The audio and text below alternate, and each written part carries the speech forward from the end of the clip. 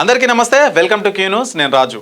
తెలంగాణలో స్థానిక సంస్థల ఎన్నికల వేడి మొదలైంది. అయితే ఏకగ్రీవాల పేరుతో జరుగుతున్న మోసాలపై ఎన్నికల సంఘం ప్రత్యేక దృష్టి సారించింది.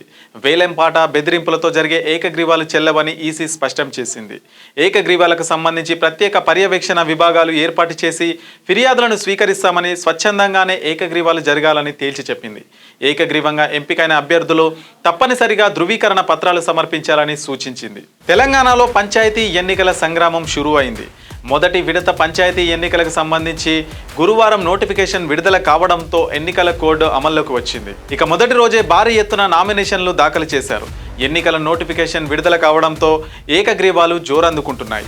ఈ క్రమంలో సర్పంచులు, వార్డు మెంబర్ల ఏకగ్రీవాలపై రాష్ట్ర ఎన్నికల సంఘం కీలక ప్రకటన చేసింది. బలవంతపు ఏకగ్రీవ ఎన్నిక చెల్లదని స్పష్టం చేసింది. రాష్ట్ర ఎన్నికల సంఘం వీటిపై ప్రత్యేకంగా దృష్టి సారించింది.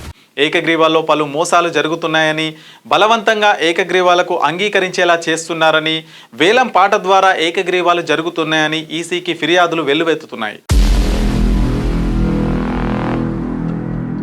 ఈ నేపథ్యంలో రాష్ట్ర ఎన్నికల సంఘం ఏకగ్రీవాలకు సంబంధించి నూతన మార్గదర్శకాలు జారీ చేసింది. వేలంపాట, బెదిరింపులతో ఏకగ్రీవం జరిగితే అది చెల్లదని ఎన్నికల సంఘం స్పష్టం చేసింది. తెలంగాణ పంచాయతీరాజ్ చట్టం 2018లోని 15వ నిబంధన ప్రకారం ఒక స్థానంలో ఒక అభ్యర్థి పోటీలో ఉంటేనే దాన్ని ఏకగ్రీవంగా ప్రకటించాలి.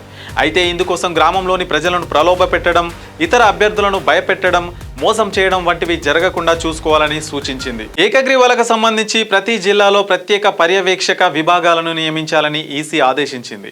ఈ ప్రత్యేక పర్యవేక్షక విభాగాలు ఏకగ్రీవాలపై వచ్చే ఫిర్యాదులను స్వీకరిస్తాయి. పంచాయతీ ఎన్నికల్లో ఏకగ్రీవాల కోసం వేలంపాట, ప్రలోభాలు, బెదిరింపులు, ఇతర మోసాలకు పాల్పడితే వాటి గురించి ప్రత్యేక పర్యవేక్షక విభాగాలకు ఫిర్యాదు చేయవచ్చు.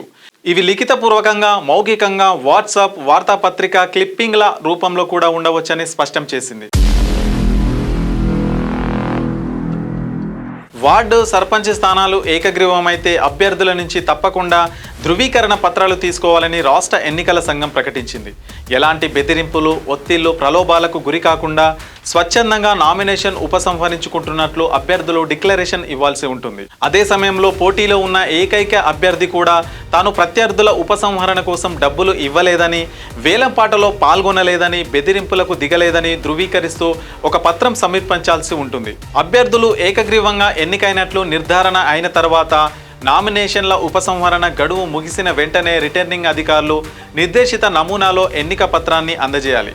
అయితే ప్రత్యేక పర్యవేక్షక విభాగం నుంచి వచ్చిన నివేదికలను జిల్లా కలెక్టర్ పూర్తిగా పరిశీలించిన తర్వాతనే వీటిని డిక్లేర్ చేయాల్సి ఉంటుంది. అలాగే ఏకగ్రీవాలపై ఎలాంటి ఫిర్యాదులు, అభ్యంతరాలు లేకుంటేనే దాన్ని ఆమోదిస్తారు. ఈ ఫలితాల సమాచారంతో ఒక నివేదికను రూపొందించి దాన్ని రాష్ట్ర ఎన్నికల సంఘానికి పంపాలి. ఏదైనా గ్రామంలో ఇబ్బందికర పరిస్థితులు ఎదురైనట్లు గుర్తిస్తే ఆ గ్రామ ఏకగ్రీవ ఎన్నిక ఫలితాన్ని రద్దు చేయాలని మార్గదర్శకాల్లో స్పష్టంగా పేర్కొన్నారు. అభ్యర్థులు వీటిని గుర్తించుకోవాలని సూచిస్తున్నారు.